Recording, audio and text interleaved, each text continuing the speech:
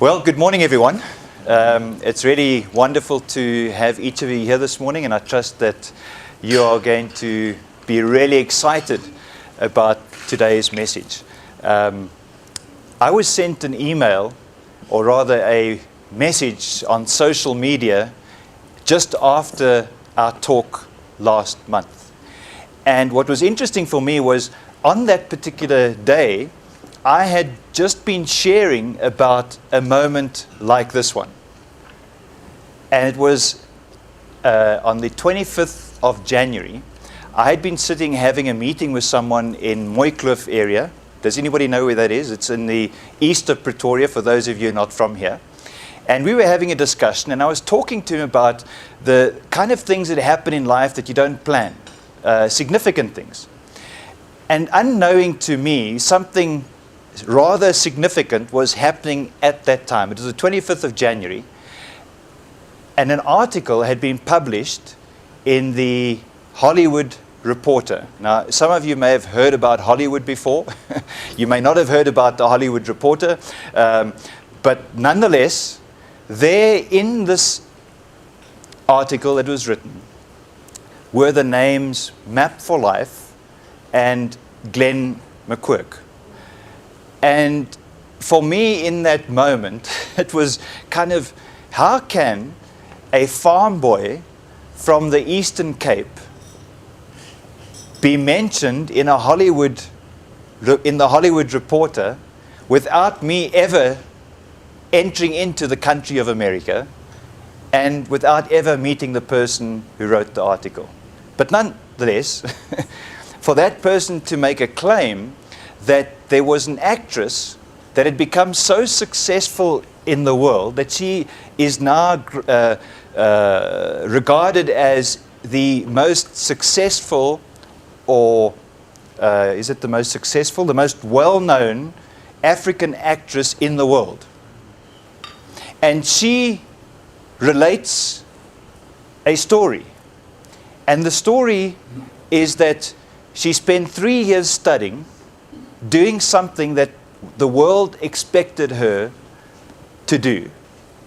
And after 6 weeks of working, she felt as if she had been dead for those 6 weeks. And she wondered to herself, is this what I've got to do for the next 40 years of my life? And she was in a place of maybe desperation, perhaps. And she went back to her home country of Kenya, and while she was there, she was able to go through Map for Life. And during that process, she wrote down something interesting.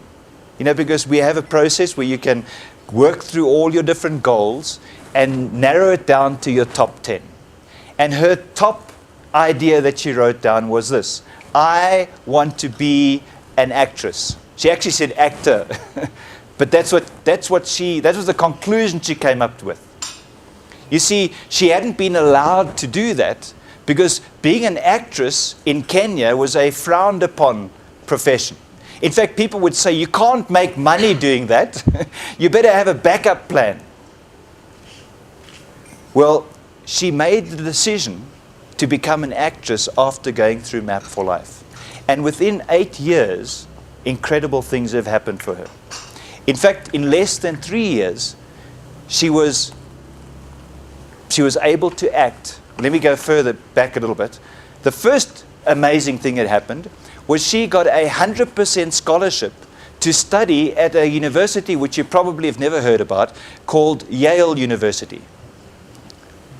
And before she finished her 3-year degree there, she wrote down the kind of movies that she wanted to make. And within 10 days of writing down the kind of movies she wanted to make, she won an audition for a movie called 12 Years a Slave, and later won an Oscar. She's better known than Charlize Theron. People know her. She's acted in Star Wars. She's been in The Jungle Book. She's been the Queen of Katwe. And on Friday, 2 weeks ago, I think it was, my family and I were able to go and attend the premiere of Black Panther with Lupita. right here in Monte Cassino. So I want to just say to you, on the Wednesday prior to the premiere, I was minding my own business in my home, and 5 o'clock that evening an email came in from New York, from the offices of Disney, inviting me and my family to the premiere here in South Africa. When we woke up that morning, we had no idea. Just like on the 25th of January, we had no idea there was something in that going to be in that article that day. I was attending a convention yesterday, an educators' convention. When I arrived there, the person who was running this conference, I think there were about 500 teachers, briefly introduced me. And I heard them talking about Map for Life during the day and how they're going to really use this within their schools. They've got 700 schools around Africa. And I went to the back and I picked up a brochure because they've introduced a new career development program. And I picked this up and I took it home with me. And last night, when I was going through this brochure, I opened it and I see that. And what I want to say to you is that I had no idea that that was happening. You could talk about this being a miracle, perhaps. At least I see it like that, because I had nothing to do with this. And I want to tell you today, as I share this message, there are things that are going to happen in your life if you begin to expect the good thing instead of constantly focusing on the bad things. So I want to start reading a couple stories to you.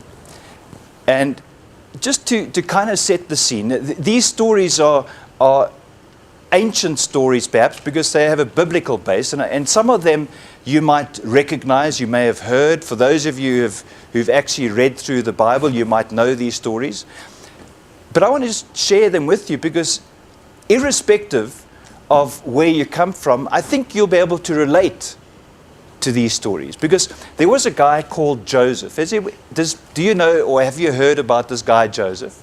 Well, let me tell you his story. Joseph woke up a prisoner ready to execute his daily routine. He'd been there for many years in prison. For those of you who know the story, he was sold off into slavery by his brothers. They wanted to get rid of him because they couldn't stand the dream that he had had.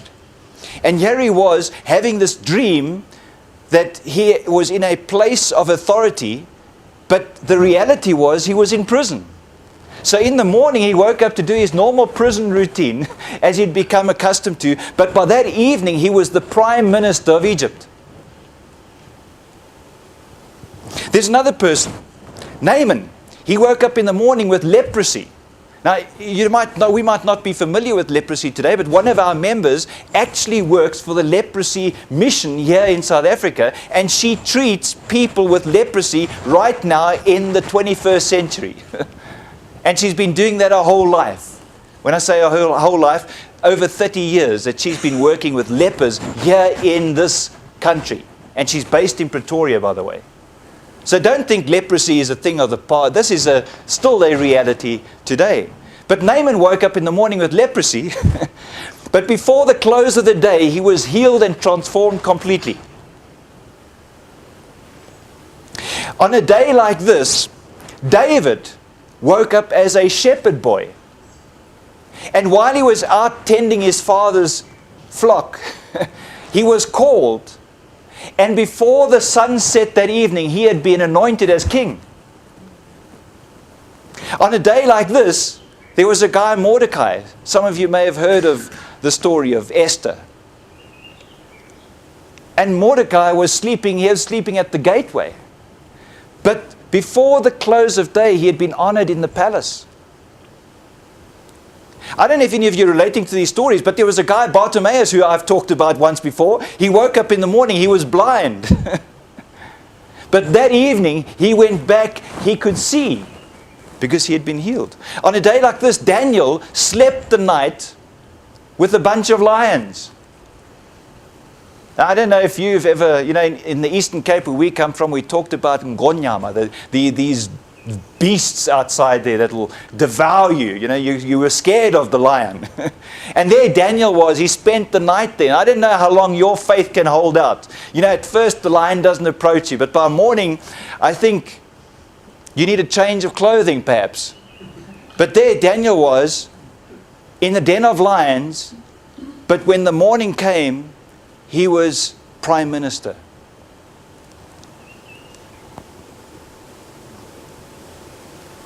There was a woman that you can read about that woke up in the morning overwhelmed by debt and by threats from those people she owed her money to. But by the close of day, she had paid off all her debt and she was a rich person. Lazarus died. And yet was raised from the dead.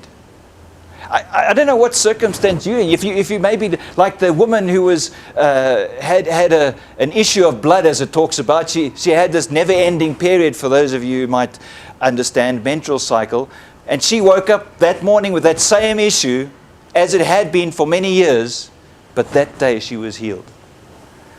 It was all on a day like today. Jabez cried out, and his territory was increased. On a day like today, Elisha prophesied that tomorrow the famine that had been there for a long time would end. And the next day, it had happened.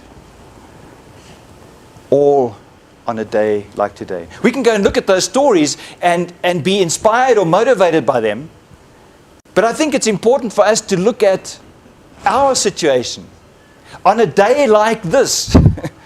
And as those of you who've attended these talks before, you will know that I like to create a message that is maybe easy for you to remember. So I'm going to use those very words, on a day like this. And the first letter is O. And I want to tell you that on a day like this, your obstacles can become your opportunity. You can be sitting right now, staring at all of these obstacles and telling the world why you can't do something. And in an instant, you could look beyond the obstacle and see within it an opportunity to transform. You could be like the story I shared earlier, opening that filing cabinet innocently, looking inside there, and an idea is planted in your mind that can change people's lives. Your obstacle in the morning could have become an opportunity by the evening. What obstacles do you have? What opportunities lie hidden in the excuses that you are making? On a day like today, you could go from being newsworthy to noteworthy. There are people that are talked about in the news, and my grandmother used to always say to me, no news is good news. You know, back in those days we had to go to the city, which was 30 kilometers away, which took us a fair bit of time to get to buy a newspaper to at least know what was going on. I mean, today the phone is bzz, bzz, bzz all the time, and every bit of news that comes in is negative. And you might be consumed by the negativity that surrounds you. In fact, you become so accustomed to it that you've even set your alarm clock in the morning to go off in time so that you can hear the 6 a.m. news. And then just to make sure, you listen to the news again at 6:30, and then at 7 o'clock on your way to the office, you're listening to it again. And then you begin to repeat it to the first person you meet. You say something like this: did you hear? I want to tell you that for those people who feel that their life is newsworthy, in other words, it just feels negative. It feels like everything is going wrong, and everything that can go wrong seems to happen to you and no one else. I want to tell you that that situation can turn around in an instant. You can move from being newsworthy to being noteworthy. And that can happen for you today. It really can. You can sit there this morning and saying, yes, yes, yes, I've heard these stories before. You don't know my situation. I don't care what your situation is. Those stories I read to you earlier are not things that have happened a long time ago, because there are similar stories that are happening right now today.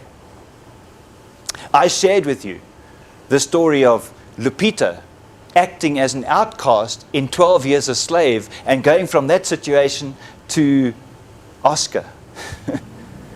When she wrote down the kind of movies that she wanted to make, she had no idea that in less than 10 days, she would be appointed to act in a movie that would produce an Oscar. She had no idea that in less than 10 days, she would go from an obscure African person in the middle of Kenya to somebody that the world knows. She had no idea that at that point when she wrote that down, that she was going to be acting in Star Wars, in Jungle Book, in Black Panther, which I believe is going to be a movie that revolutionizes young people in Africa. Incidentally, she's producing a movie that tells Trevor Noah's story. Isn't that amazing? Who would have thought? You see, you can go from newsworthy to noteworthy. What about sensing that you are in an awful situation right now? a situation that just cannot be changed. I mean, you've convinced yourself that this is the end. The whole world is against you. And you feel that you're in an awful place right now. I want to tell you that being in that place of feeling awful could become a place where you are awesome. From awful to awesome. We have a story of a young man who was at the peak of his cycling career, mountain biking. I don't know if any of you are familiar with mountain biking. It seems to be the thing today. Everybody who can cycle wants to cycle off-road, not on the road anymore. And here he was, 16 years of age. I say he was at the peak because at that stage he was the number 1, number 2 cyclist in mountain biking in his age group. Incredibly well. Prospects lay ahead that were exciting. I can just imagine people there planning out and already seeing him as a 21-year-old or maybe as a 30-year-old doing incredible things in the cycling world. He didn't know that on that day he would break his back and be paralyzed. There he is lying in a hospital in an awful situation. No hope for the future. And then his father comes and gives him a Map for Life book that's all about goal setting. And he took it perhaps as an insult. He was feeling sorry for himself. My life is completely changed. But you know, after about 10 days of that book lying there, he picked it up. At the same time, there was a mountain bike race that he was watching on television. It was called the Cape Epic. I don't know if any of you have heard about it. They talk about the Cape Epic being like the Tour de France of mountain biking. And here's the interesting thing. He's lying paralyzed in hospital, but he writes down a goal. He writes down a goal that he wants to ride the Cape Epic. Now, in between him writing that down and being one of the youngest people to complete the Cape Epic a few years later, he had a car accident where he broke his leg. And when he rode the Cape Epic, so you can already realize that he recovered from his paralysis miraculously, he had an inch of bone missing in the top part of his leg, and he had a pin running from his hip right down to his knee. That's how he rode and completed the Cape Epic. When I met him for the first time, which is some time after, he had just written a book called The Race That Measures It All. And when I met him, he was as straight as you can imagine. I've never seen somebody walk so straight before. A short guy. And he came up to me and shook my hand. And I could see there was something of purpose within this young person. They decided their team was called One Life. And there they completed the Cape Epic. I want to tell you that it doesn't matter where you're at right now. You can be paralyzed from the neck down. But if you have a dream, if you begin to take steps, that dream can become a reality for you. See, on a day like today, you may have woken up in a state of despair. But I want to tell you that your despair could become your defining moment. I met a young man. When I say a young man, he was in his 40s, and he shared a story with me about picking up this book called Map for Life when he was in Cape Town. He just returned from the United Kingdom, where he had been spending some time, and he was at a point where he was contemplating suicide. A place of despair, desperate despair. He picks up this book and suddenly decides to change. Instead of continue down this road that was heading towards suicide, decided to change his view. And today he's an anesthesiologist, saving lives. Your despair can become your defining moment. I don't know if any of you have ever had anxiety before, anxious about something. They sometimes use the word worry, and they even, on a daily basis, you might say, "Ek is bekommerd daaroor, I'm worried about." You constantly reinforce this worry, worry, worry. Worry is simply the abuse of imagination. It's taking your imagination and looking at something that could go wrong and believing it. And then you begin to act as if it's going to go wrong. In fact, you begin to make it go wrong. That's what worry does. But you can turn your anxiety into achievement. I remember a person having an idea and being incredibly anxious about this business idea. The language, the voice that was going on in their mind was, "I don't qualify. There's nobody in my family who's ever done business before. I didn't do well at school. I speak the wrong language." They had all the reasons to justify why they should never ever start a business of their own. But today they're running a successful business. You see, what I've discovered is that when you take action, all fear disappears. So the anxiety that's caused by fear just requires you to take a step of faith. Because when fear knocks and faith answers, no one's there. No one's there. On a day like today, that word that you use where you describe your past successes and you say yesterday or in the past, the yesterdays of your life should fade into insignificance and become yes, today. So instead of looking back all the time like so many people do, politicians love to do that, they keep looking back and reminding everybody of the past instead of saying, if we want to change, we have to say yes today. To stop looking back. Nobody drives a car like this. We look where we're going. And so you can literally turn the scars of your life into the story of a lifetime. Stop complaining about what happened to you. Start talking about what you're going to make happen. So on a day like today, your life can be transformed.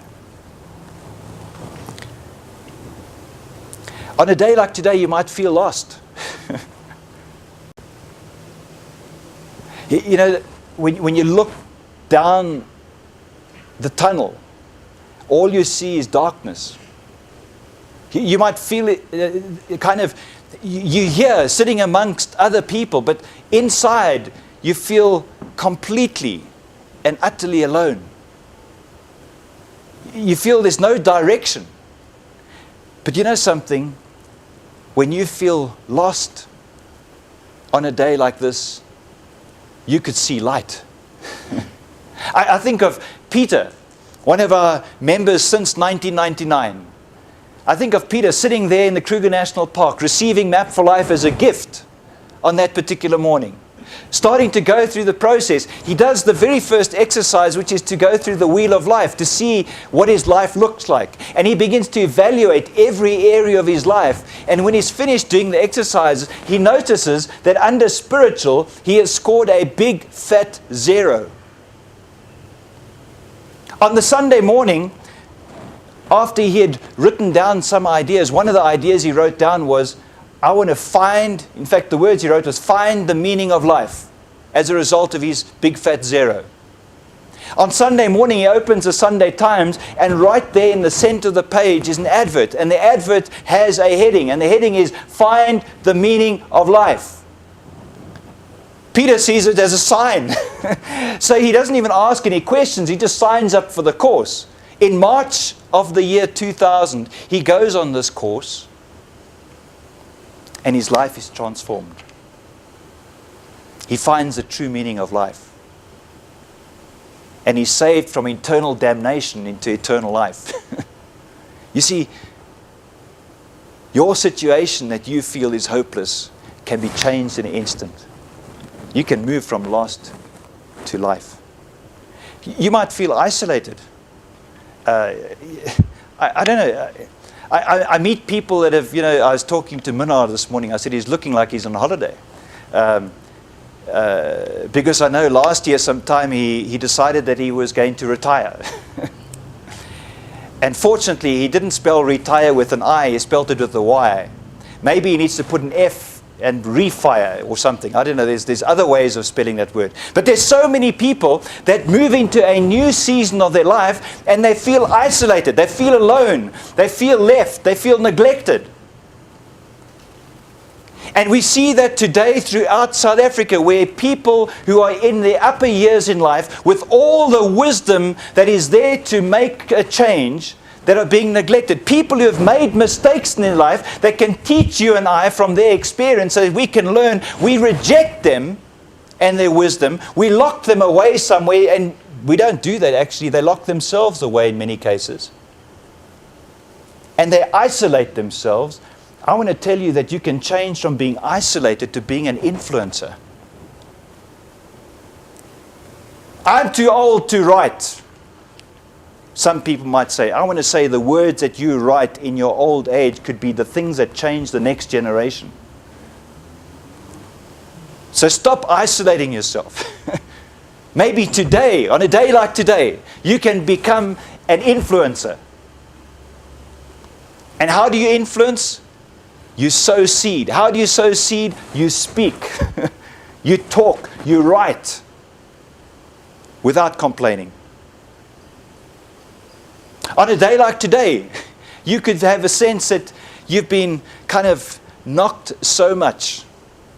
You've been beaten about by the world system.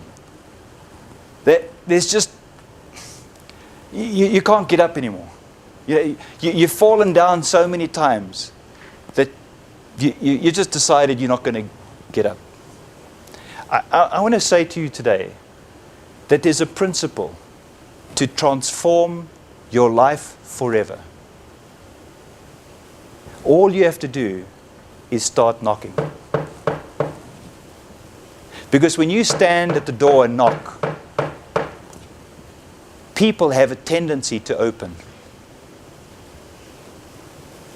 The obstacle that you face right now, the barrier, the barricade, the thing that's preventing you from stepping into your dream could simply be that you haven't knocked on the door.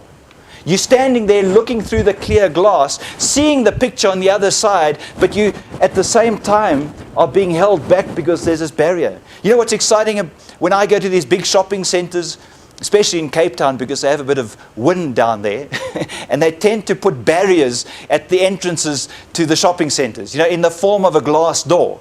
And that glass door remains closed until you step within a particular radius or distance from that glass door. When you step into the sensor zone, the door opens and says, come in. And maybe you are in a place in your life right now where you're standing just too far back. The door looks closed. It looks locked. It looks like no business is happening. But all the while you can see through the glass, you can see a vision of who you should be becoming, but you're too afraid to step up to the door. I want to encourage you, if you feel knocked down right now, just start knocking. Because when you begin to knock, doors will open for you like never before. You might be in a place where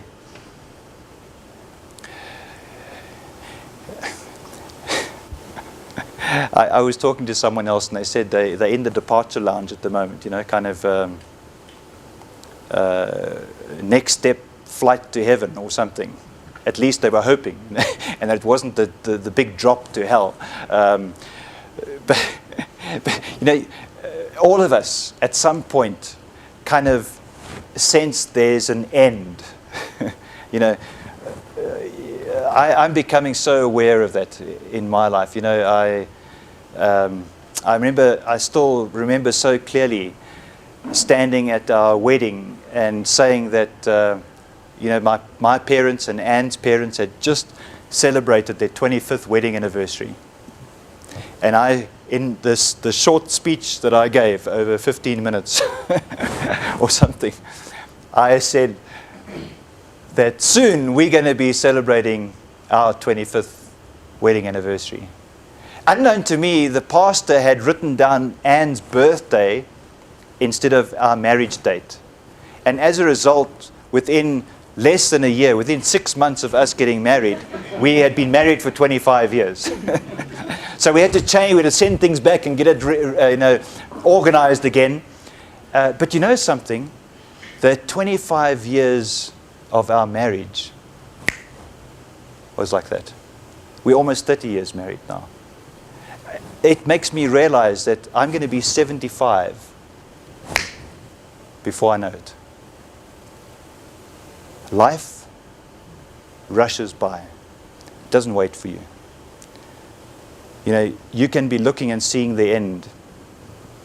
You might be like Billy Graham, and the end is only at 99. You got life in you today. Live it. Stop waiting. So you can move from an end to being a person who is envied. You can move like one of our members from being an employee to being an employer. I don't know what it is that's holding you back on this day. But just the last word, this. And I trust that you've been writing these words down. Your test can become your testimony. Stop complaining about the situation you're going through. Because when you're going through a test, you're learning a great deal. Your tests prepare you for the next step. Everyone has had the opportunity in their life to look back, to reflect back, and say to themselves or to others, that was a blessing in disguise. Why do they say that? Because at the time of going through your trial, at the time of going through your test, you cannot see the value associated with that difficulty. But there comes a time in the future where you look back and you begin to tell people about the blessing in disguise. You begin to share with them, and you begin to encourage them by the journey that you went through. So if you feel like you're going through a test right now, be reminded, look back and see of all those times that you can say that was a blessing in disguise. Because this day may present itself to you as a curse. But 10 years from now, you're going to look back and say that was the best thing that ever happened to me. Has anybody had that statement said before? Absolutely. So, aren't we an amazing species, if you can call us a species?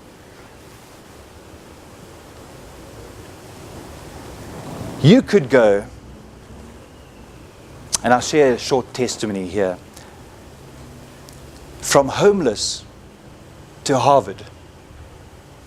I remember sharing this story. I think Sandy was attending training in 2012. Reg was at that same training, December 2012.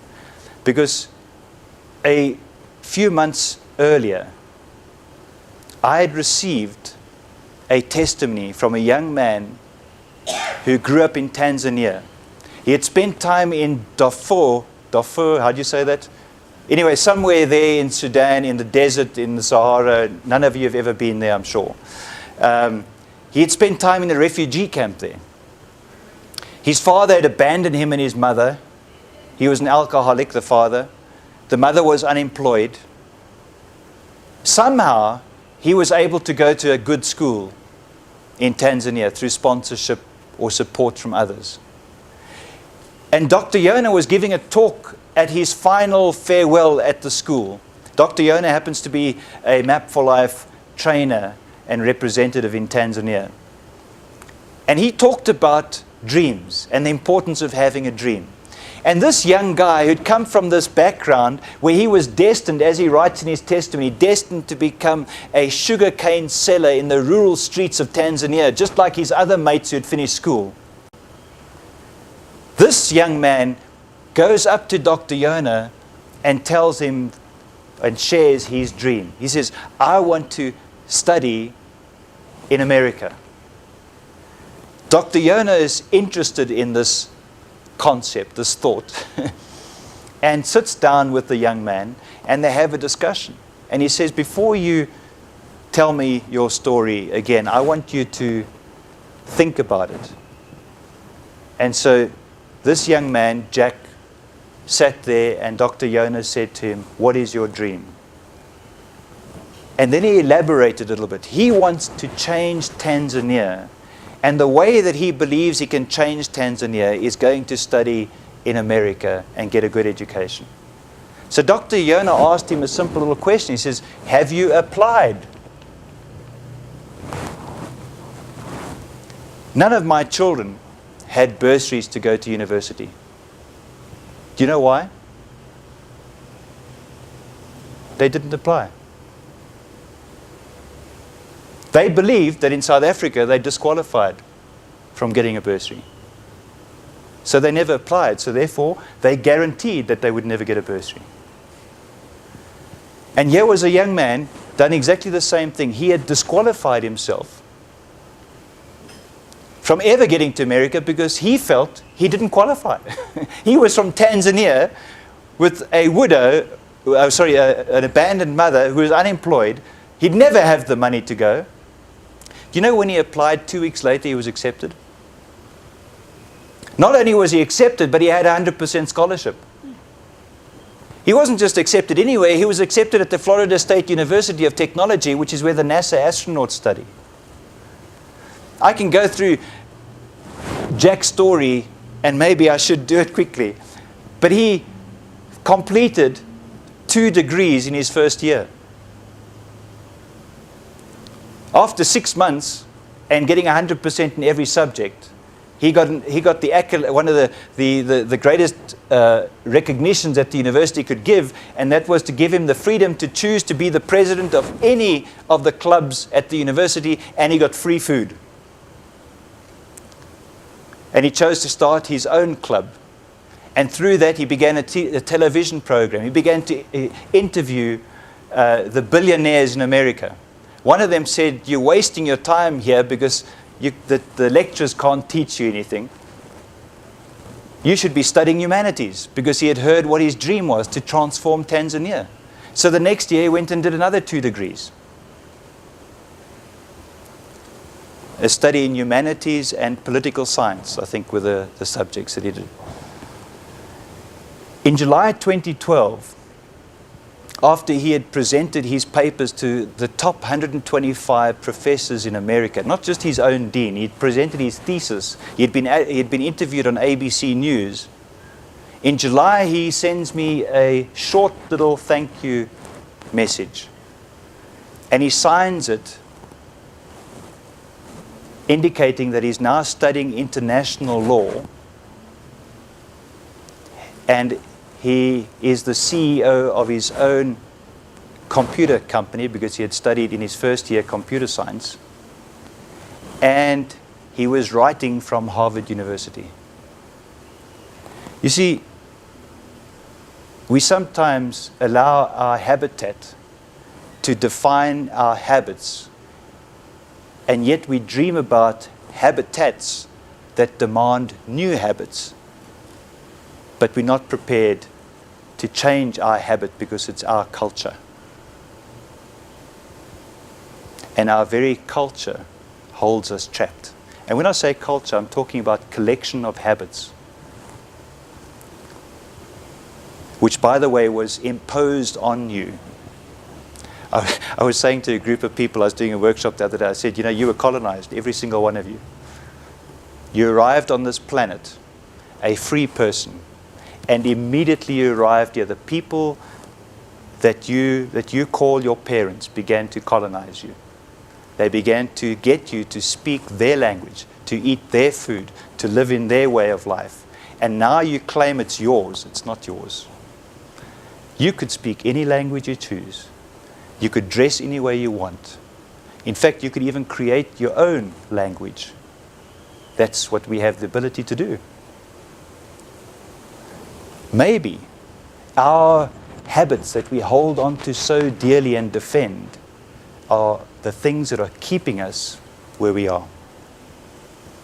This morning, you were invited, which is the letter I in this. You were invited here this morning. I've been invited to things as well, many times. You can walk out this room and into the world and tell people that you had been invited to attend a MAP talk. Or on this day, you could be inspired. And you could walk out this room into your mission field and go and transform lives. That's a choice that you and I get to make every day. A new day begins. The sun rises. Is it going to set on the same Sydney that awoke in Soweto in the morning? Or is the Sydney that goes to bed tonight going to be a new one? I don't know what your story is. I know that you were invited to be here today. I don't know whether you're going to step out there and be an inspiration. That's a choice that you make. That's a choice that I need to make. And I believe we can. The last letter is the letter S. Success, the thing that so many people strive for, I believe is simply a mask. Success is something that we strive for to hide who we really are. You see, I want to say to you this morning that you are so unique that there's never been somebody like you, and there never will be someone like you ever. And when you have something that is that unique, it is priceless. There's no one with your DNA. There's no one with the way you speak. They do things called voice recognition. They can read the retina at the back of your eye. All of these things are different, unique. They can pick out your face on Facebook, for goodness sake. You're looking over there and they're tagging you before you even know it. And somebody else took the photo. That's how unique you are. It doesn't confuse you with someone else. You are unique, a one of a kind. But yet we're striving to be successful, to try and be somebody else that the world expects us to be. And as a result, we lose our identity. We become a copy. Born an original, dying copies. And desperate to do so.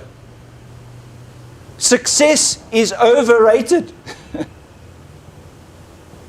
You can have a bag of money, a bag of euros, a bag of dollars, a bag of pounds, a bag of bitcoins. I don't know what you might have, but you can have as much money as you like in the world.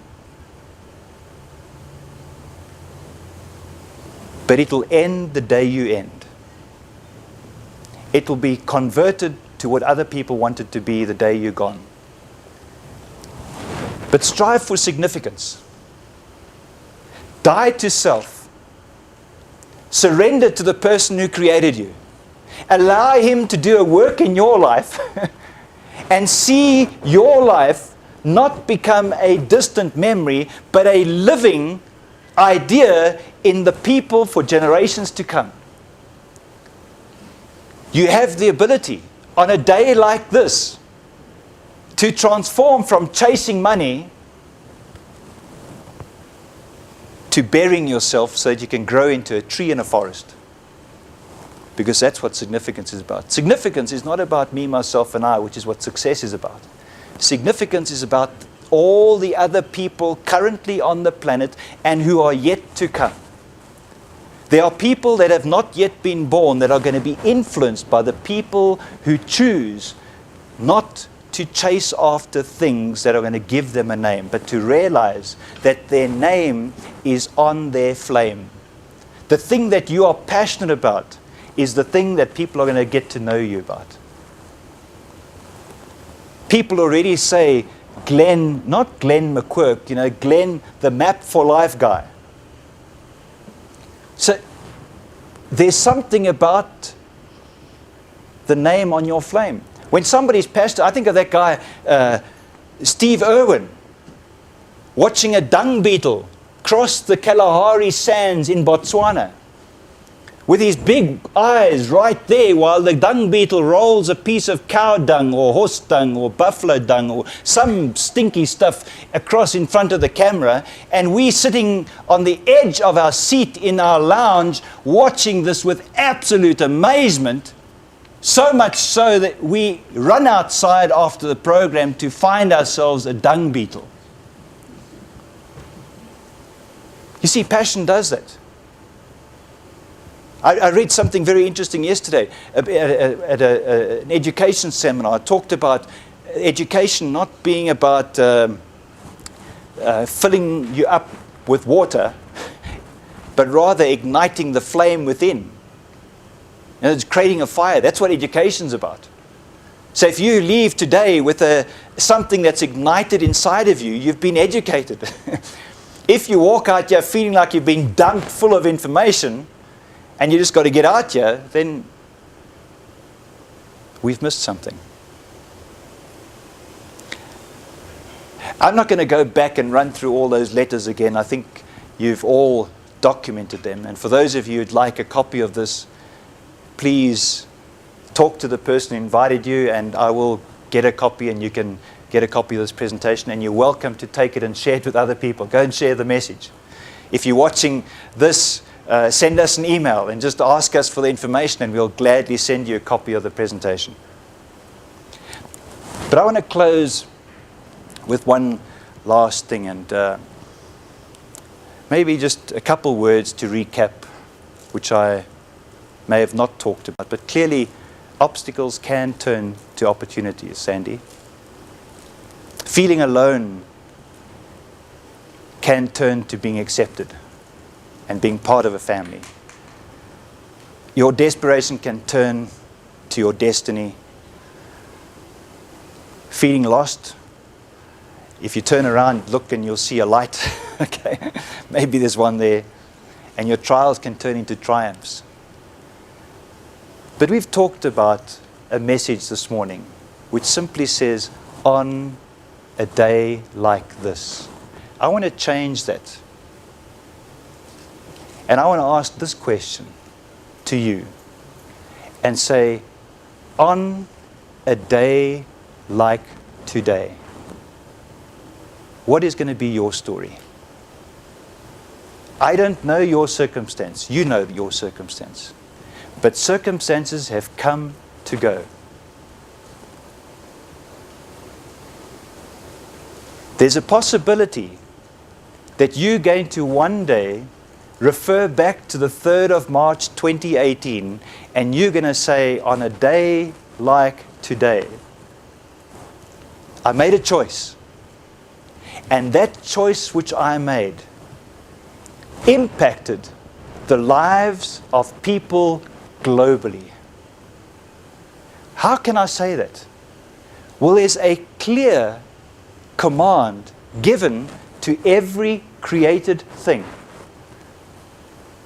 All you have to do is go and read the first page in the Bible. So just go into the shop if you don't have one. Just go and pick up a Bible, read the first page and close it. But in that first page, you will see a story of creation. And on the 26th verse to the 28th verse, there's two statements made, and both statements are about the same thing. And it's about a commission that's given to you and I. And that commission is to be fruitful.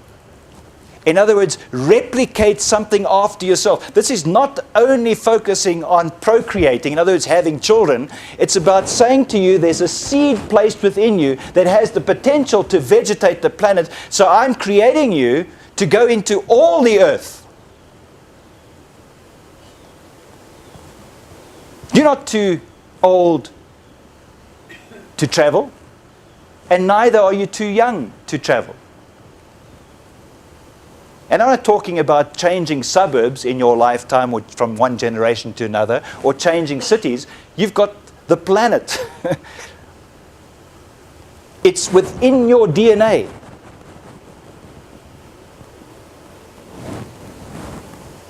Cut down or cut a branch off a tree and it starts sprouting new leaves.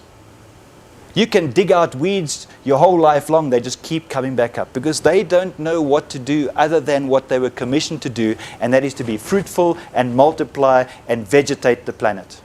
You and I have been given that same commission. That is why every dream that you have is beyond what is termed possible. Every dream that you have looks impossible. Why? Because there's a God that created you and He put inside of you the ability to do the impossible. And so on a day like today, you and I need to begin to act on the dreams that we've been given. We need to exercise that which we are passionate about. We need to put a plan together and begin to act on that plan. The longer you sit on your rusty dusty, the more chance you have of that idea rotting in a grave and never seeing the light of day. So on that stinky note, I want to say to you that on a day like today, that which you thought was impossible has already been done.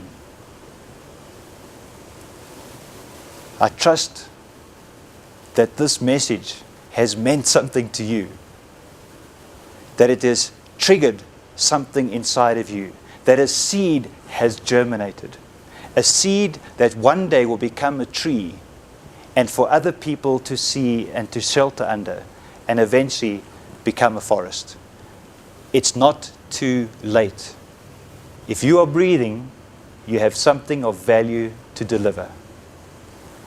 Let's make that happen on a day like today. Thank you very much.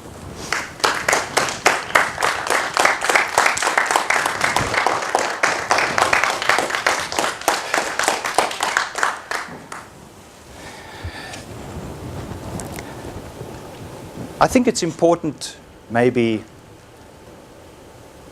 just to ask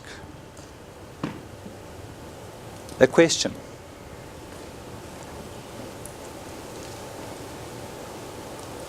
What has been triggered in you today? Has anybody got something that you believe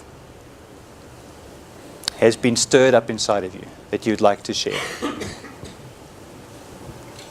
I know we're South African. In South Africa, we're very polite. You know, we let everyone else go first before me. You know, the last thing that I'm going to do is to volunteer. Ladies first. There you go. We like to use that one. Age before beauty, maybe some would say. Were you inspired this morning? Was anybody inspired? Okay, so you're all inspired. Now I want to hear what was it inside of you that was awakened this morning? Has anybody got something that was awakened? I can just stand and listen. Yes, Charles. It's like a quick introduction. No, you don't have to. Just tell us what was awakened inside of you. Charles is from Davidton. If anybody knows who that is. Yes, from Davidton. I work in Africa amongst the very poor. But Meant for Life is part of the solution. So what you encouraged me today with is yes, it can happen. It can go through the whole of Africa. And if they can use it in their schools, they can use it in churches, they can use it in the mission field because it works. Amen. So think big. Wonderful. Charles is doing a great work down in the East Rand, and I see there's people that are joining Map for Life as a result of your work. So, well done, Charles. Great to have you here this morning. Yeah, come on, don't be shy. Yes, Sandy.